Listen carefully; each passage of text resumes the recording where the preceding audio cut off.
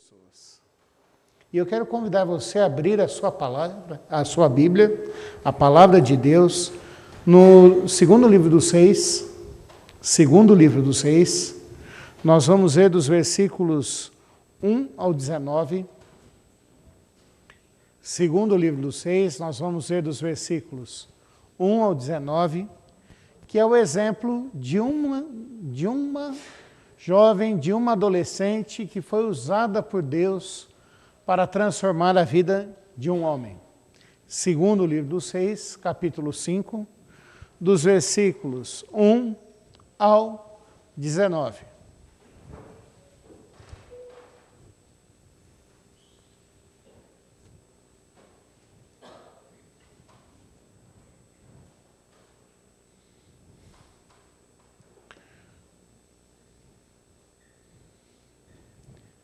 Diz assim a palavra de Deus. Naamã, segundo livro dos Reis, capítulo 5, versículos 1 ao 19. Diz assim a palavra de Deus. Naamã, comandante do exército do rei da Síria, era grande homem diante do seu senhor, e de muito conceito, porque ele, o Senhor, dera a vitória à Síria. Era ele herói de guerra, porém leproso. Saíram tropas da Síria e da terra de Israel, levaram cativa uma menina que ficou ao serviço da mulher de Naamã. Disse ela à sua senhora: tomara o meu senhor estivesse diante do profeta que está em Samaria, ele o restauraria da sua lepra. Então foi Naamã e disse ao seu senhor: assim e assim falou a jovem que é da terra de Israel. Respondeu o rei da Síria: vai, anda, e enviarei uma carta ao rei de Israel.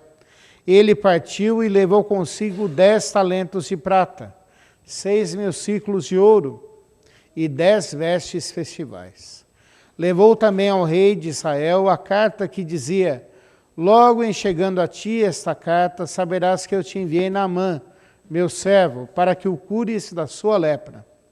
Tendo lido o rei de Israel a carta, rasgou as suas vestes e disse: acaso sou Deus com poder de tirar a vida ou dá-la, para que este envie a mim um homem para eu curá-lo de lepra? Notai, pois, e vede que procuram pretexto para romper comigo. Ouvindo, porém, Eliseu, o homem de Deus, que o rei de Israel rasgara as suas vestes, mandou dizer ao rei: por que rasgaste as tuas vestes? Deixa-o vir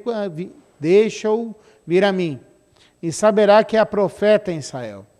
Veio, pois, Naamã com seus cavalos e os seus carros, e parou à porta da casa de Eliseu. Então Eliseu lhe mandou um mensageiro, dizendo: vai, lava-te 7 vezes no Jordão, e a tua carne será restaurada, e ficarás limpo. Naamã, porém, muito se indignou e se foi, dizendo: Pensava eu que ele sairia até comigo.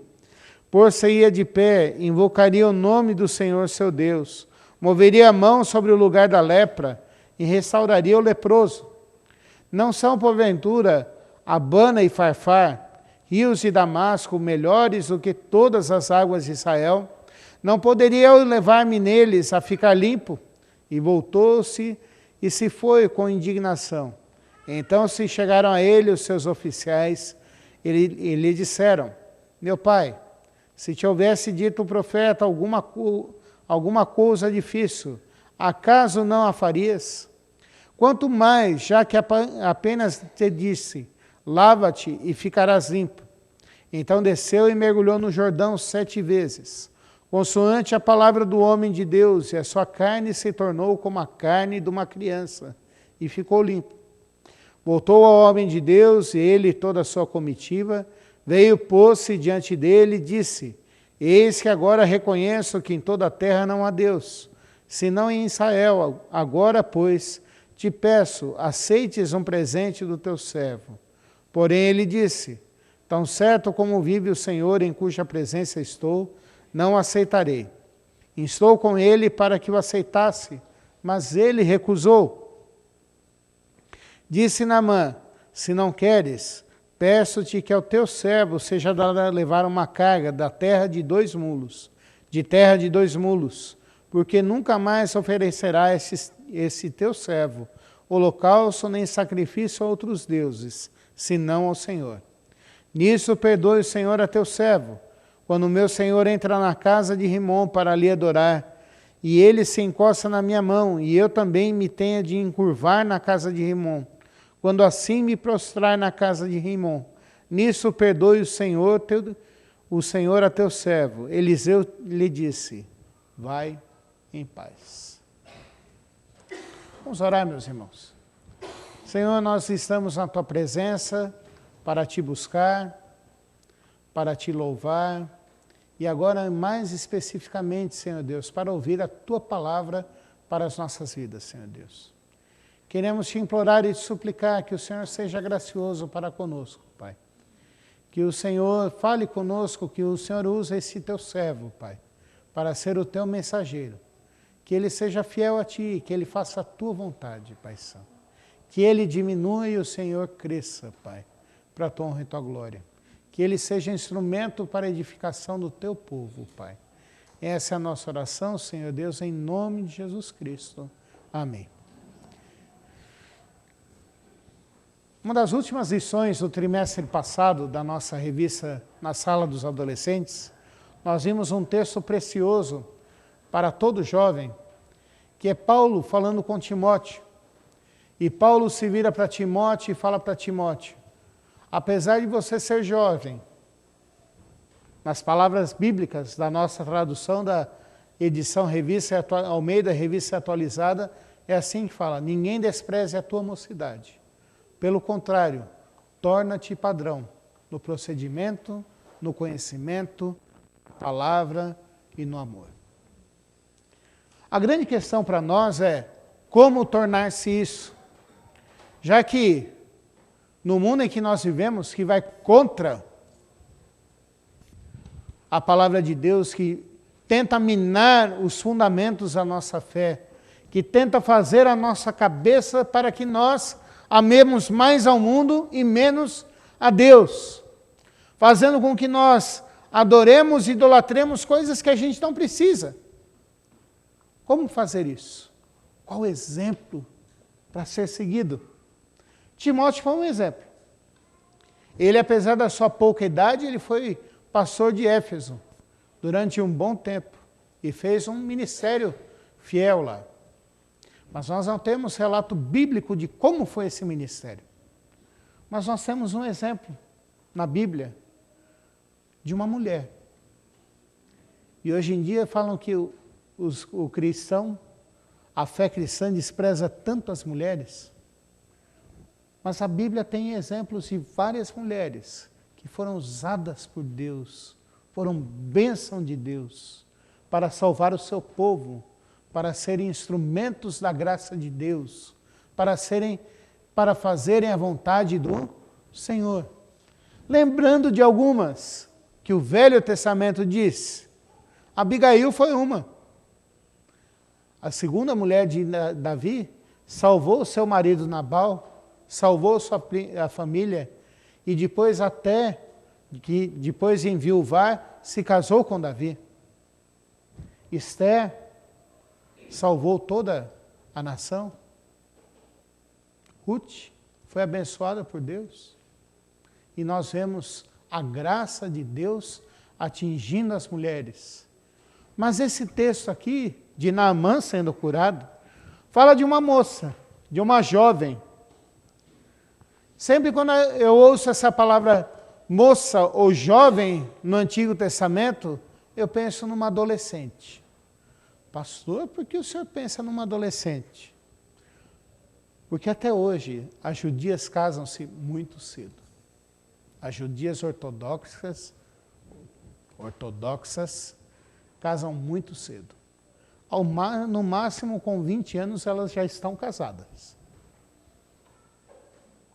E naquela época, casavam-se mais cedo ainda.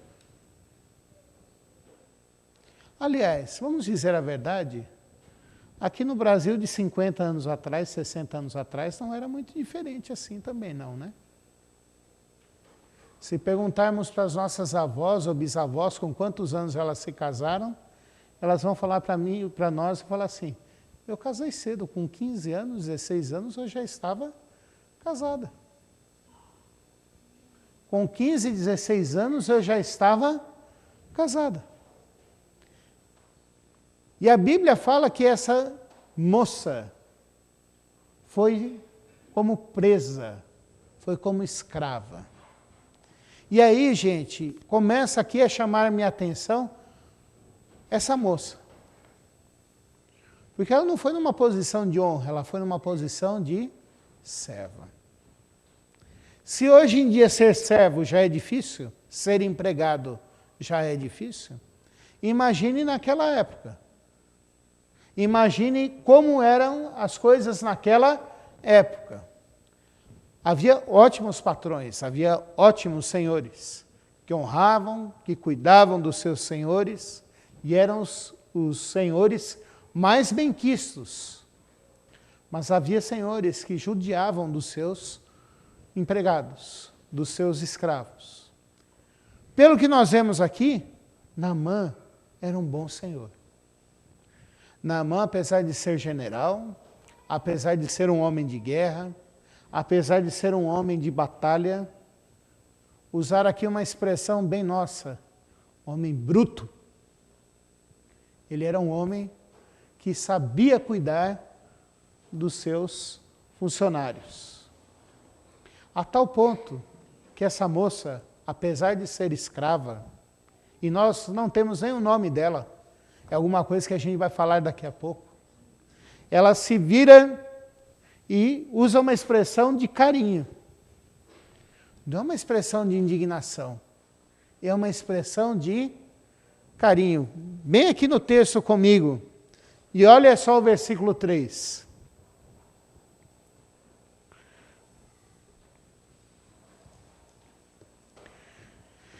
Disse ela à sua senhora, tomara o meu senhor estivesse diante do profeta que está em Samaria, ele o restauraria da sua lepra. Olha só essa expressão aqui que ela fala assim, tomara. Não é uma expressão qualquer, mas é uma expressão que demonstra o quê?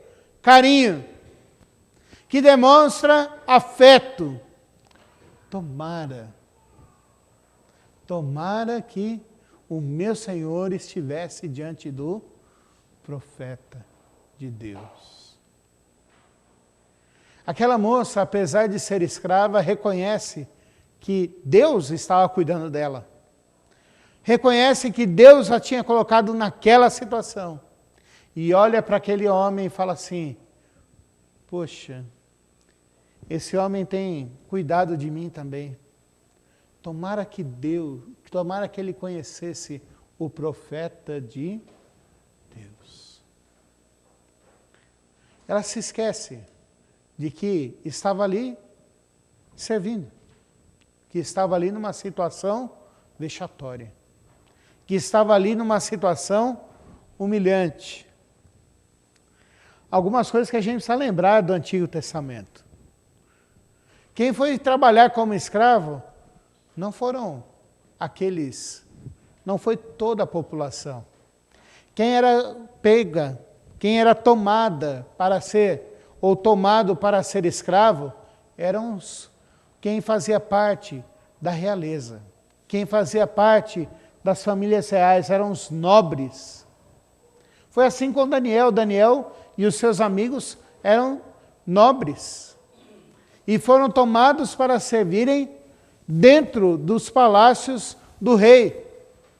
Essa moça também era de uma origem nobre e foi levada para ser escrava, para servir ao general, porque ela tinha condições de servir adequadamente ao general.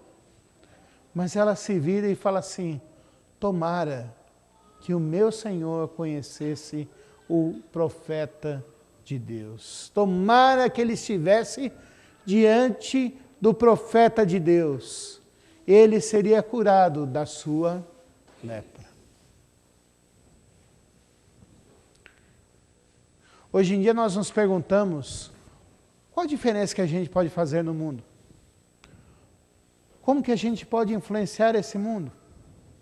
Como que a gente pode transformar a vida dos nossos amigos? Como a gente pode transformar a vida dos nossos pais? Como a gente pode transformar a vida dos nossos vizinhos? Como a gente pode transformar a vida daqueles que trabalham conosco? Como a gente pode transformar a vida dos colegas da escola e da faculdade? E a resposta é uma só. Nós precisamos dar testemunho de quem é Deus na nossa vida. Pastor, mas ela estava falando do profeta. Vamos pensar aqui qual profeta que era? O profeta era Eliseu, o sucessor de Elias. Eliseu é o que a gente chama na Bíblia de tipo de Cristo. Pastor, nome difícil isso aí, hein? Tipo de Cristo, o que é isso? Ele simbolizava o ministério de Jesus Cristo. Eliseu era um anúncio, era um símbolo do que Jesus Cristo iria fazer. E nesse ponto, meus irmãos, quando Eliseu cura Naamã, ele está simbolizando que Jesus Cristo não veio só para o povo de Israel, mas ele veio para todas as tribos, nações, povos e raças. Que a salvação não está só para nós que já somos a igreja, mas que se nós testemunharmos de quem Ele é, quem é Deus, quem é Jesus Cristo, Ele também vai salvar a todos aqueles que creem no seu nome, não importando se é pobre ou é rico, não importando se tem curso superior ou se mal consegue assinar o seu nome. Não importando se é branquinho, como eu, assim, meio rosado, ou se é negro. Não importando se nasceu aqui em São Paulo, ou se nasceu lá no Maranhão. Nem arrisco dizer na Bahia aqui, porque alguém vai falar assim, eu nasci lá, hein, pastor? Eu nasci lá, hein? Eu nasci lá. Nem arrisco falar isso. Nem arrisco falar alguém que nasceu em outro país. Mas o testemunho que nós damos de quem é Deus e quem é Jesus Cristo transforma a vida das pessoas. E aquela moça, aquela adolescente, aquela jovenzinha que aos nossos olhos não tinha nada para falar e nada para dizer, usando aqui uma expressão nossa hoje, que era vítima da sociedade, não se viu como vítima da sociedade, mas ela se viu como uma mulher abençoada por Deus, uma adolescente abençoada por Deus, e uma adolescente que poderia fazer diferença na vida de Naamã. Porque se Naamã era um general, Naamã também vivia uma vida muito difícil, meus irmãos. Naamã era um homem rico, e eu imagino que ele já tinha buscado a solução para a doença dele em todos os lugares. Hoje em dia nós não sabemos mais o que é a lepra. Porque quando uma pessoa hoje em dia tem lepra, ela toma tanto antibiótico e tanto corticoide que a doença acaba. Mas naquela época era uma doença incurável. Os terminais nervosos da pele vão morrendo e por causa disso, qualquer ferimento, qualquer coisa necrosa toda a pele, a carne. E é altamente transmissível. Vocês se lembram que em Israel os leprosos viviam longe da cidade, para não contaminar os outros. Vocês se lembram que, para o povo judeu, a lepra era um sinal de pecado. Naamã vivia sem vida social. Naamã, para ir para a guerra, provavelmente se atava de faixas. Pastor, já havia faixa naquela época? Lembre-se daquilo que do imaginário que a gente aprendeu na televisão das múmias. Como que as múmias eram feitas mesmo? Os mortos eram atados com o que mesmo? Com faixas e com produtos químicos para que o corpo não padecesse. Naamã, para ir para a guerra, ele tinha que se atar em faixas. Provavelmente ele vivia com uma máscara o tempo inteiro, para que ninguém visse o seu rosto. E essa menina viu a dor e o sofrimento daquele homem e olhou e falou assim: ah, se esse homem, se o meu Senhor estivesse na frente do profeta de Deus, ele seria curado e ele seria curado da sua lepra.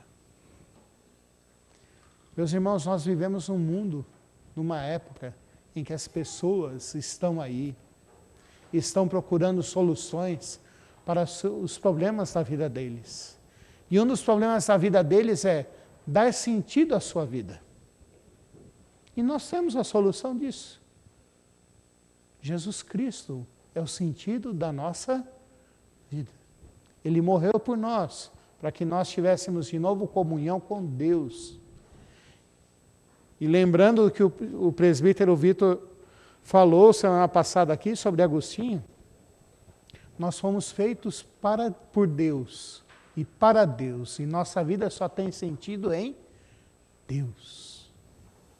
Não adianta a gente pensar que haverá solução para a nossa falta de identidade em outro lugar. Nós só vamos ter uma identidade verdadeira em Jesus Cristo. O testemunho dessa menina, que tanto me inspira e tanto faz com que eu pense sobre a vida de um adolescente, hoje, em primeiro lugar, foi verdadeiro. Quando Naamã procurou o profeta, ele foi curado. O rei pensou em mandar, logo de cara, um documento para o rei de Israel. E falou assim: vai lá no rei de Israel, ele dá um jeito. Aliás, os reis de Israel sofriam com isso. Quem que os magos foram procurar primeiro mesmo?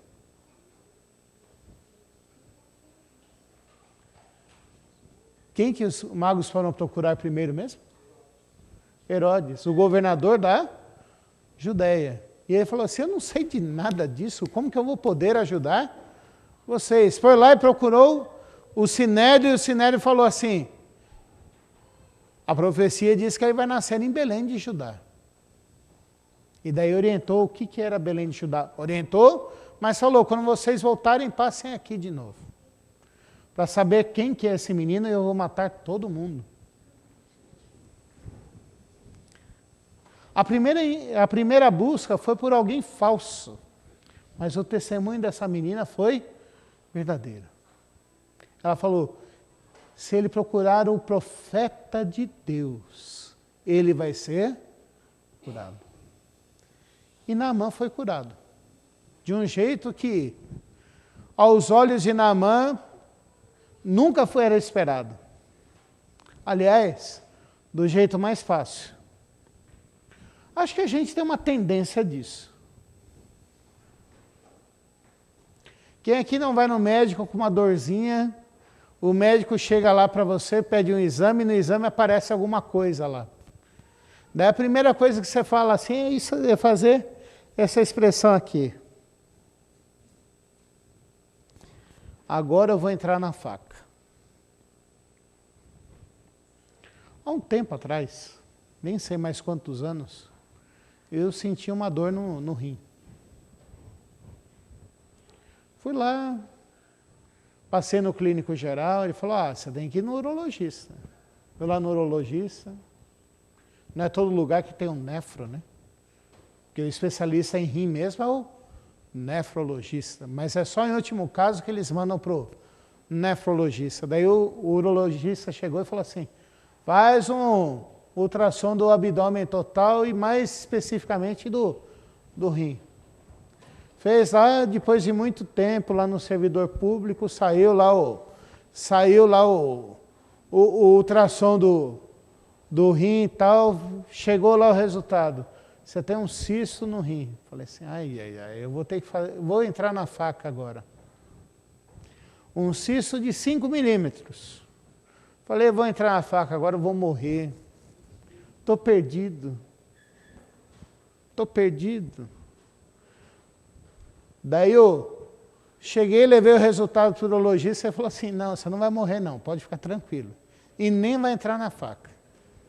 O nosso rim é feito de várias, como se fossem várias bolsinhas. Uma dessas bolsinhas se encheu de sangue. E é tão pequena que não vale a pena nem te dar remédio. A solução para você é tomar bastante água. Todos os dias tomar bastante água. Eu virei para ele e falei assim, só isso, doutor? É só isso. Ele falou, só isso. E você nunca mais vai ter dor no rim. Não vale a pena fazer mais nada do que isso. Falei, então tá bom, doutor. Saí de lá e falei assim, bom, já que é só isso, é só isso. Naamã teve a mesma atitude.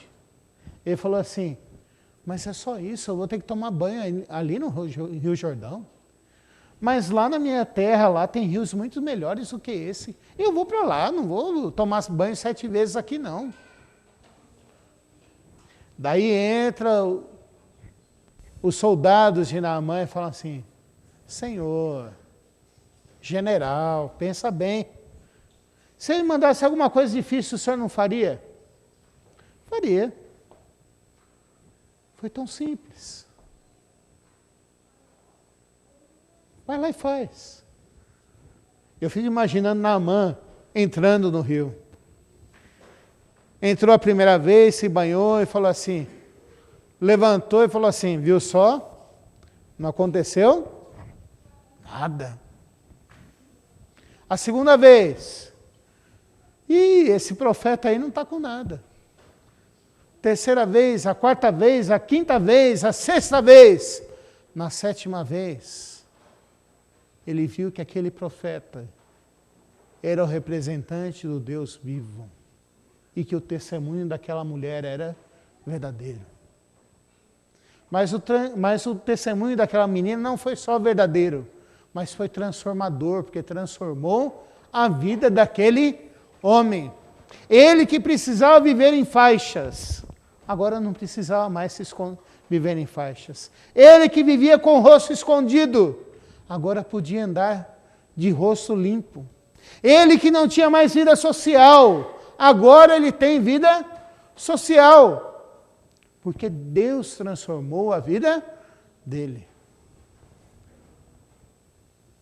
Nós também devemos testemunhar do Deus único e verdadeiro, porque o testemunho de Deus é transformador. A palavra de Deus diz que a fé não vem por outra coisa, senão ouvir a palavra de Deus. E olha, gente, eu vou dizer mais uma coisa. Para muitas pessoas aí fora, a única Bíblia que eles vão ler é a nossa vida. Primeiro eles vão ver a nossa vida. Vão ver se a nossa vida testemunha o poder de Deus. Para depois chegarem e falarem assim, eu quero conhecer esse Deus que você serve. Nós precisamos, aí fora, fazer o que essa menina fez, ter um testemunho verdadeiro, ter um testemunho transformador e ter um testemunho libertador. Libertador daqueles velhos conceitos que as pessoas têm.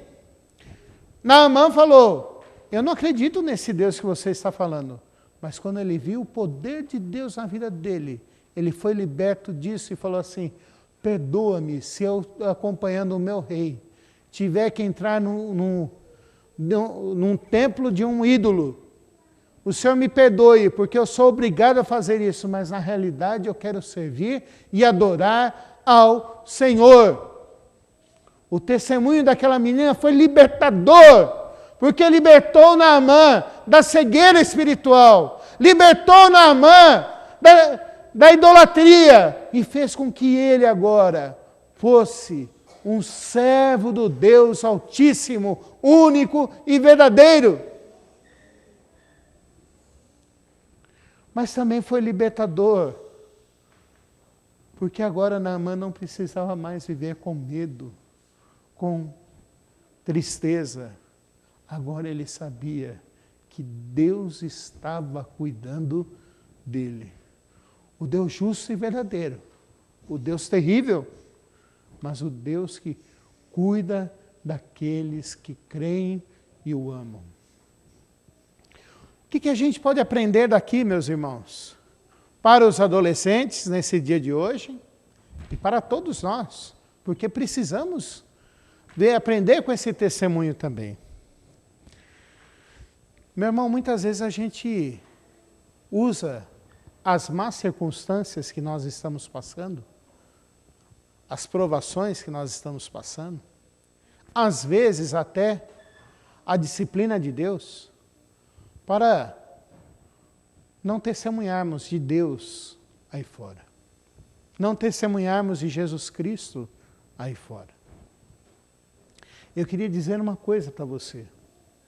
Não importa a situação que você viva, você é de Deus e você conhece a Jesus Cristo. Você conhece o Deus único e verdadeiro. Então testemunhe dele. Fale quem ele é, fale do seu poder, fale da salvação em Jesus Cristo. Quem conhece a Jesus Cristo, por mais que tente, não consegue ficar parado, sem testemunhar de quem ele é. Pastor, o que o senhor está querendo dizer com isso? Muitas vezes a gente quer ficar calado. E fala assim, eu não vou falar nada. Mas a nossa vida é tão diferente que as pessoas chegam e perguntam para nós, por que você é tão diferente assim? E a resposta é só uma, porque eu creio em Jesus Cristo. Quem conhece a Jesus Cristo não pode ficar sem testemunhar dele. Nós somos chamados para sermos seus filhos, somos transformados por ele e somos enviados por ele para demonstrar ao mundo o seu poder, a sua força e a sua graça. Pastor, comigo isso aí não acontece não. Eu gosto de ficar quietinho no meu canto. Aliás, eu gosto muito daquele hino que fala lá tu no teu cantinho e eu no meu. Tudo bem, você pode ficar no teu cantinho e eu no meu cantinho, mas a Bíblia fala que nós somos como uma luminária e ninguém consegue esconder a luz. Pastor, mas a minha lâmpada está tão fraquinha, estou precisando trocar lá por uma de LED agora para ficar mais forte lá e todo mundo vê. Ore mais, peça para que Deus troque a tua lâmpada e o teu testemunho seja vivo. Para que as pessoas olhem para você e falem assim, eu estou vendo que você é um servo de Deus. Segunda lição que eu tiro aqui desse texto aqui para a minha vida e para a sua vida, para a nossa vida, é que o testemunho de Deus é verdadeiro e não dá para dizer que é mentira. Deus transforma mesmo a vida das pessoas. Não é mentira.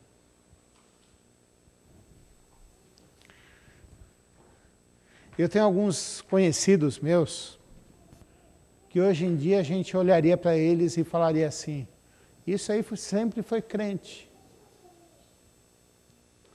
Isso aí sempre foi crente, sempre foi uma bênção na igreja. Mas antes da conversão dele, de dessas pessoas que eu estou pensando, ele tinha um apelido gostoso. Ele tinha o apelido do bairro dele. Já deu para entender porque ele tinha o apelido do bairro dele? Ele era o dono do pedaço. Ele era lá da Zona Sul, do Parque Bristol, e o nome dele era Nelsinho do Bristol. Ele fala assim, antes da minha conversão, eu andava com 2 automáticas na cintura. E quem mexia comigo, eu atirava. Mas Deus converteu a vida dele. E hoje em dia, ele é uma benção. Pastor, mas eu não sou bandido, eu sei. Mas todos nós precisamos da graça de Deus. E quando Deus transforma a nossa vida, é uma transformação imensa, verdadeira. Nós precisamos falar de Deus, testemunhar de Deus, sermos exemplo.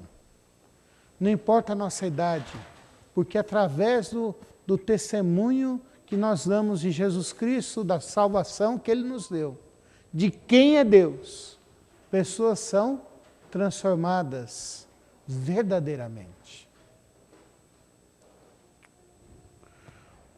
Outra lição que eu aprendo daqui é que se nós queremos ver o nosso Brasil transformado e liberto das suas crendices, da corrupção que existe e tudo mais, nós precisamos levar o verdadeiro evangelho para o nosso Brasil. Não é só dizer o Brasil é de Jesus. Aliás, o que não é de Deus? Já que tudo foi criado por Ele, por meio dEle e para Ele. Mas as pessoas precisam de conhecer a Cristo para serem libertas, transformadas, salvas, refeitas. E nós precisamos testemunhar dele. O que fazer com isso hoje? O que fazer com isso para a minha vida hoje? Eu acho que a primeira coisa que eu preciso fazer é me colocar diante de Deus e falar, Senhor Deus, eu quero estar cheio do Teu Santo Espírito. Eu não quero mais me fazer de vítima pela situação que eu estou. Eu não tenho mais tempo para falar de Jesus para ninguém. Tem sim. Vai lá e fala. Eu não tenho paciência para ficar aguentando o blá blá blá dos outros, ficar questionando a minha fé. Ore, peça para que Deus te encha do seu Santo Espírito e testemunhe da palavra de Deus. Seja qual for a situação. Acho que essa é a primeira coisa que nós precisamos fazer. E daí, o que fazer com isso hoje? Pedir para que Deus nos encha do seu Santo Espírito. Segunda coisa que eu acho que nós temos que fazer, e daí, o que fazer a partir desse texto? Falar. Viver a fé e falar. Pastor, falar. Pastor, eu tenho uma notícia para o senhor. Qual é, meu irmão? Eu sou até gago. Eu pareço Moisés. A hora que eu vou falar com os outros, eu me embanano todo. Se Deus pudesse me mandar um Arão junto, eu estava feliz. Arão auxiliou Moisés só no início, gente. Depois quem tocou o barco foi Deus na vida de Arão. Você não precisa saber falar, explicar.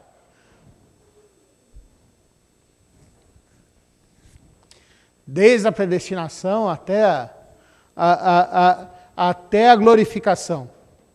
Pastor, o que o senhor está falando? Estou falando desde o início até o fim, desde quando Deus planejou todas as coisas, até o novo céus e nova terra. Você não precisa saber disso, falar tudo isso. Mas você pode falar assim, se você conhecer o Deus único e verdadeiro, você vai ser transformado. Essa menina fez só isso. E Deus transformou a vida daquele homem. nós precisamos falar.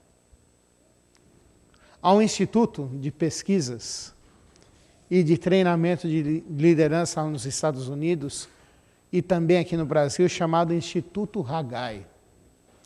É um instituto que faz pesquisas enormes e tem condições de fazer isso.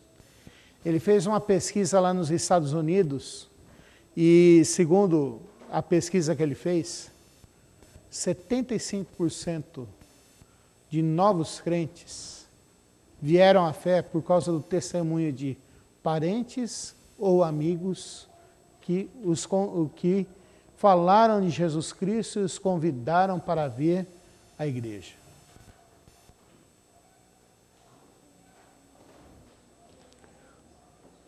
O Instituto Haggai não precisava nem fazer essa pesquisa, porque Pedro fala isso. Vós sois raça eleita, sacerdócio real, nação santa, povo de propriedade exclusiva de Deus, a fim de proclamardes as virtudes daquele que vos chamou das trevas para a sua maravilhosa luz. É tarefa minha, é tarefa tua, é tarefa nossa. Seguimos o exemplo dessa menina. Pastor, mas isso aí é ser chato. É.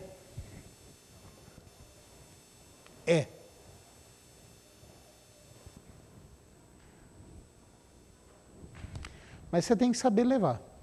Tem que ter perseverança e tem que ter bom humor.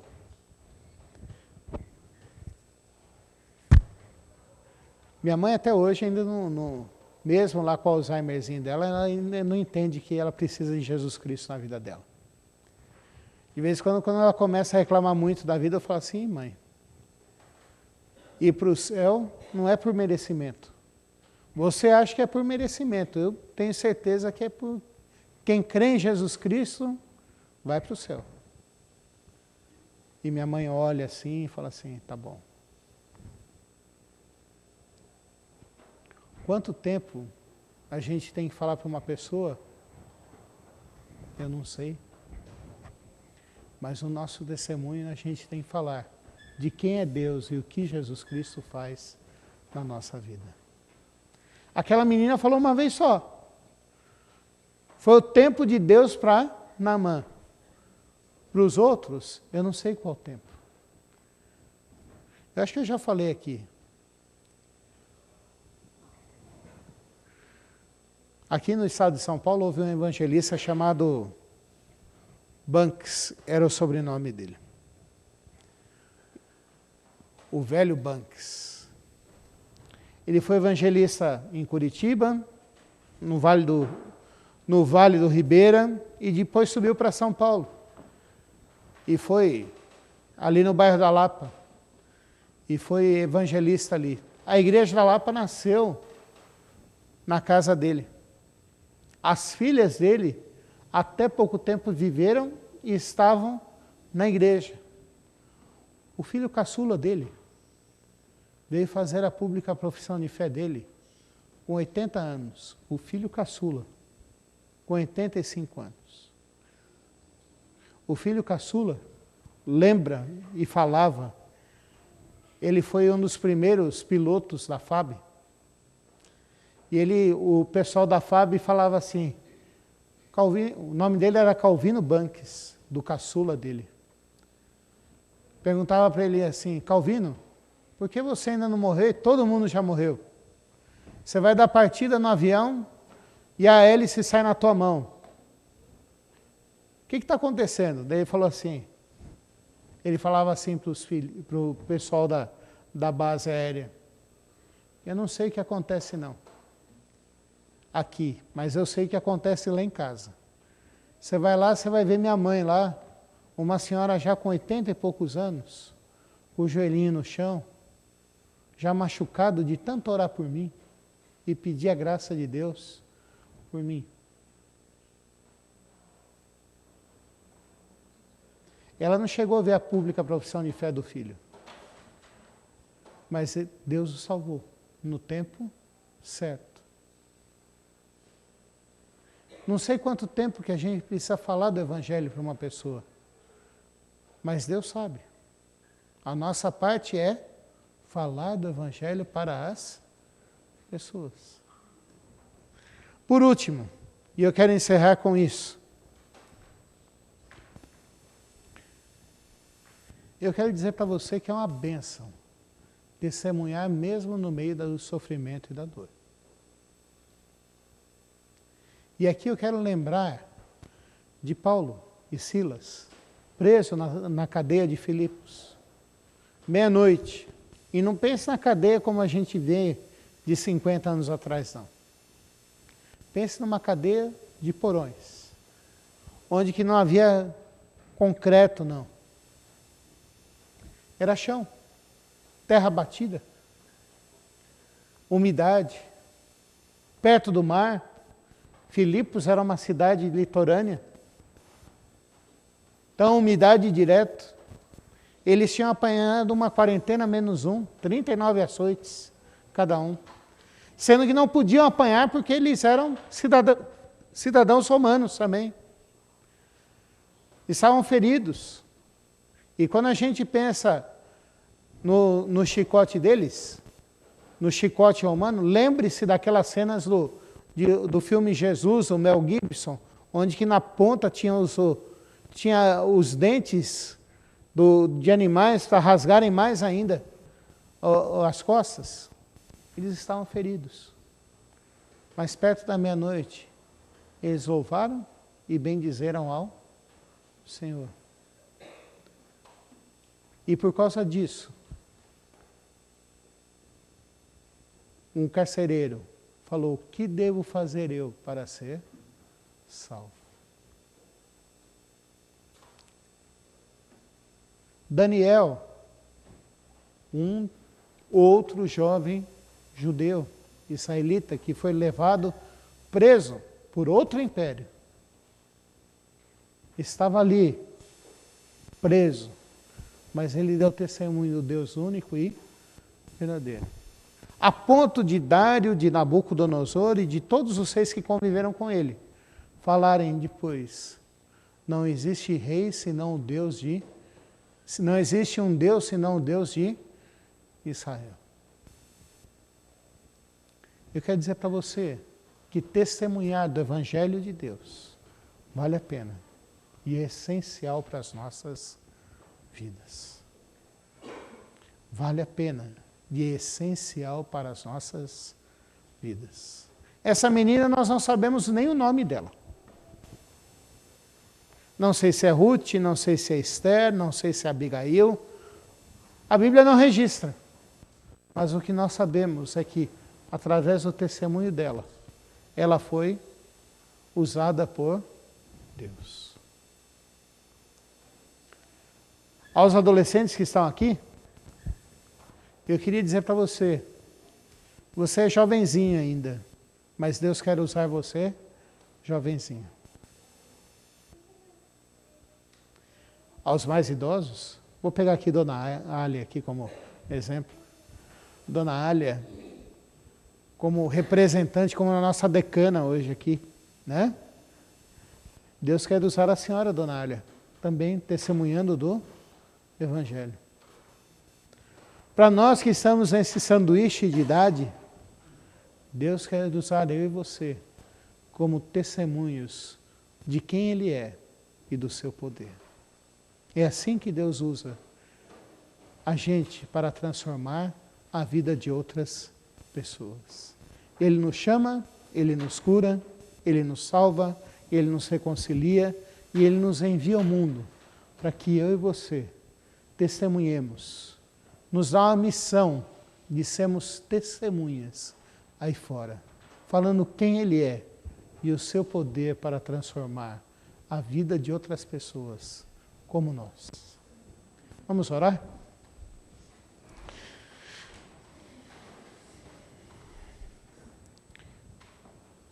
Senhor, nosso Deus e Pai, nós queremos Te agradecer pela vida dessa menina, que nós não sabemos nem o nome, mas que através do seu testemunho, o Senhor salvou, purificou e curou a vida de Naamã, Pai Santo. O Senhor fez uma transformação completa na vida dele, Pai Santo. Pai, nós também, Senhor Deus, queremos ser usados por Ti para testemunharmos o Teu Evangelho aí fora, Pai. Seja a idade que nós tivermos, seja condição de fartura e honra, ou condição de humilhação e pobreza, Pai. Mas nós queremos ser testemunhos de Ti, Pai Santo. Queremos ser testemunhas Tuas para proclamar o Teu nome aí fora, Pai. E queremos Te implorar e Te suplicar que o Senhor, com Teu santo e bendito nome, que o Senhor nos encha com Teu Santo Espírito, Pai. Que o Senhor nos encha com Teu santo óleo, que é o Teu Espírito, Pai. Para que nós possamos testemunhar verdadeiramente quem Tu és, Pai. E daquilo que o Senhor tem feito na nossa vida, Pai. Pai, eu quero Te implorar e Te suplicar, Senhor Deus. Nós queremos Te implorar e Te suplicar. Que o Senhor nos dê coragem para cumprir a missão que o Senhor nos dá, Pai. Que o Senhor nos dê compromisso contigo para proclamarmos o Teu nome, Pai. Para sermos exemplo, Pai Santo, no procedimento, na fé, no amor, na pureza, na palavra, Pai Santo. Aí nesse mundo tão mau, que jaz no pecado, Pai Santo. Onde que o pecado reina, onde que o mal reina, Pai. Mas nós temos a certeza de que o Senhor pode transformar toda essa realidade para a Tua honra e Tua glória, Senhor Deus, com o poder transformador da fé em Jesus Cristo, Pai. Senhor Deus, nós queremos Te implorar que o Senhor nos faça testemunhas, como igreja individual e como igreja do Jaraguá, Pai Santo, para pregarmos mais aí fora para a Tua honra e Tua glória, Pai. O Senhor nos chamou, o Senhor nos redimiu, o Senhor nos salvou e o Senhor nos ordena que a gente leve a Tua mensagem aí fora, Pai. Que sejamos testemunhos do Senhor, Pai. Que durante essa semana, Senhor Deus, o Senhor nos dê da Tua graça. Que o Senhor nos dê do Teu amor, Pai Santo, que nós queremos colocar diante de Ti todas as nossas ansiedades, Pai. A Tua palavra diz que lancemos sobre Ti as nossas ansiedades, Pai, porque Tu tens cuidado de nós, Pai. Há irmãos aqui que estão sofrendo, Pai Santo, com a possibilidade de perder o emprego, que o Senhor faça a Tua vontade na vida deles, Pai. A nossa vontade é que eles permaneçam nesses empregos e possam continuar ali trabalhando para a Tua honra e Tua glória, Pai. Crescendo, sustentando a sua família, sendo fortalecidos em Ti, Pai Santo. A família, Senhor Deus, que estão passando por problemas dentro dela, Pai Santo. Às vezes é uma briga tola que foi crescendo, crescendo, crescendo e se tornou algo tão grande, Pai, que agora é quase impossível de haver uma conversa sincera. Que o Senhor quebrante o coração, Pai, e que o Senhor transforme a vida dessas famílias, Pai. Há pessoas, Pai Santo, que já se esqueceram quem Tu és, Pai Santo. Que o Senhor aviva no coração deles, Pai Santo, a lembrança viva de quem Tu és, Pai Santo, do Teu poder, da Tua graça sobre a vida deles, Pai. Pai Santo, cuida também, Senhor Deus, daqueles que estão sofrendo ataques do pecado, Pai Santo, sofrendo ataques de Satanás, que eles tenham, que o Senhor dê domínio próprio para eles, Pai Santo. E o Senhor dê graça para que eles se mantenham em pé, porque por nós mesmos nós não conseguimos nos manter em pé, Pai. Mas o Senhor pode nos sustentar, o Senhor pode nos manter em pé para a Tua honra e Tua glória, Pai. Abençoa, Pai Santo, faz com que nós cresçamos na graça, na fé e no Teu amor, Pai. Essa é a nossa oração, Senhor Deus, em nome de Jesus Cristo, Pai Santo. Amém, Senhor Deus.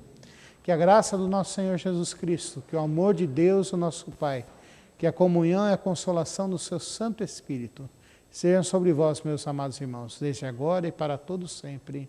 Amém.